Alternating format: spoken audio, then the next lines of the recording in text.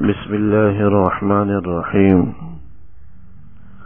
وعن ابن عمر رضي الله تعالى عنهما قال: قال رسول الله صلى الله عليه وسلم: إن الله لا يجمع أمتي، أو قال أمة محمد صلى الله عليه وسلم، على ضلالة، ويد الله على الجماعة، ومن شذ شذ في النار. وعنه قال: قال رسول الله صلى الله عليه وسلم: اتبعوا السواد الأعظم، فإنه من شذ شذ في النار. یہ 173ویں اور 174ویں حدیث مبارک تلاوت کی گئی ہیں، جو حضرت عبداللہ ابن عمر رضی اللہ تعالی عنہما سے منقول ہیں۔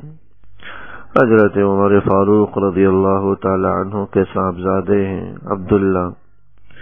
یہ خود بھی بڑے جلیل القدر حضرات صحابہ میں ان کا شمار ہوتا ہے۔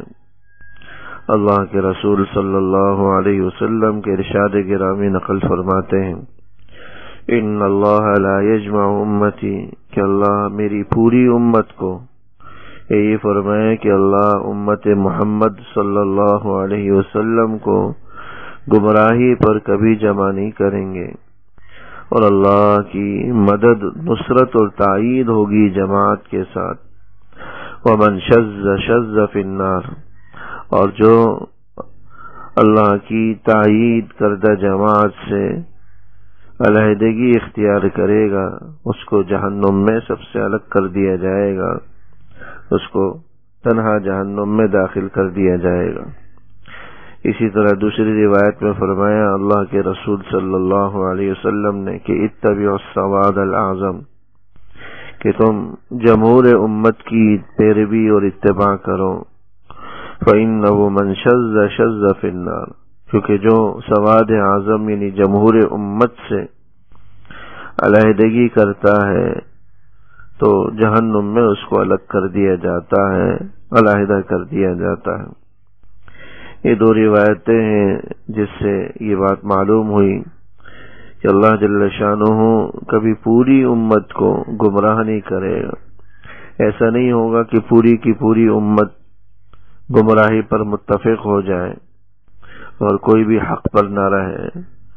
رہتی دنیا تک ایسی جماعت ضرور رہے گی جو حق پر ہوگی، اور وہ جماعت ہوگی جس کے ساتھ اللہ کی مدد اور نصرت ہوگی۔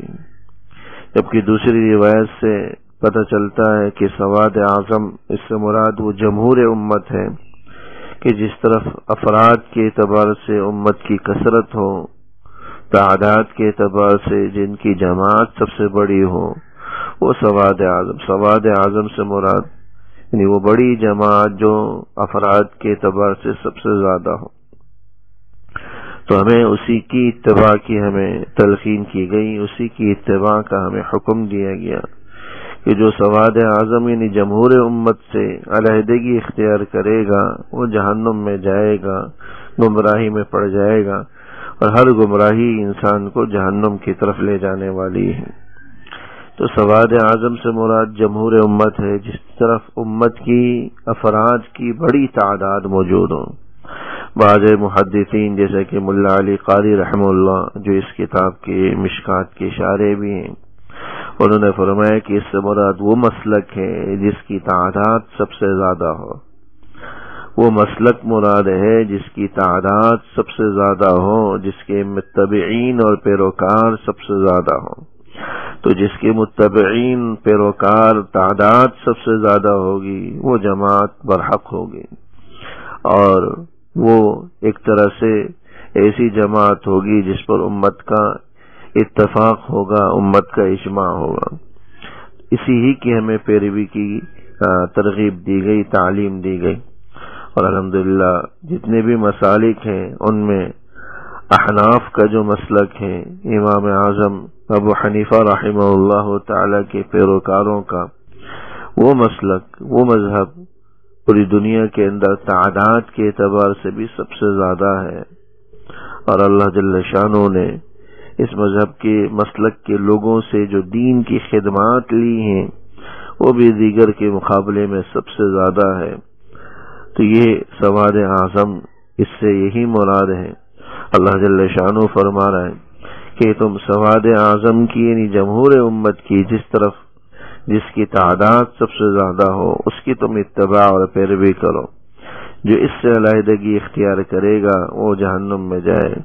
دنیا کے اندر 4 مسالک مشہور رائج ہیں اور ان چاروں میں سے کسی نے کسی ایک کی اتباع اور پیروی کی ہمیں تلقین کی گئی.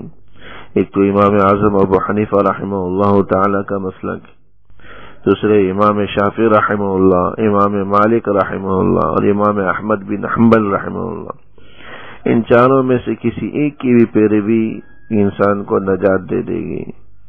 یہ سب کے سب جماعت حقہ ہیں، برحق جماعت. لیکن جو ان سے شذوذ اور علیحدگی اختیار کرے گا وہ گمراہی میں جائے گا. اس لیے ہم ہر حال میں اس جمہور امت کے ساتھ، اس جماعت کے ساتھ جڑے رہنے کا حکم ہے. جو جماعت سواد اعظم ہے، بڑی تعداد رکھنے والی ہے اور جس کے افراد سب سے زیادہ ہیں اور جس کے ماننے والے پیروکار سب سے زیادہ ہیں. اس سے ہٹ کر اگر ہم کسی مذہب کو اگر فالو کرتے ہیں، کسی کی اتباع اور پیروی کرتے ہیں تو گویا کہ ہم خود کو گمراہی کی طرف لے جا رہے ہیں، غلطی کی طرف لے جا رہے ہیں، گمراہی والے راستے پر ہم گامزن ہیں. ہر حال میں انسان اسی کے ساتھ جڑا رہے.